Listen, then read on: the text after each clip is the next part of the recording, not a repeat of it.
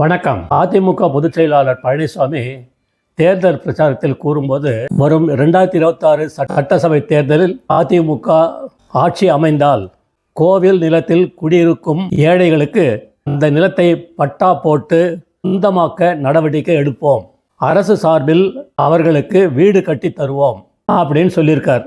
இந்து கோயில்களுக்கு கொடுக்கப்பட்ட நிலத்தை எதற்காக கொடுக்கப்பட்டதோ அதற்கு மட்டும்தான் பயன்படுத்த வேண்டும் என்று அவருக்கு தெரியாதா?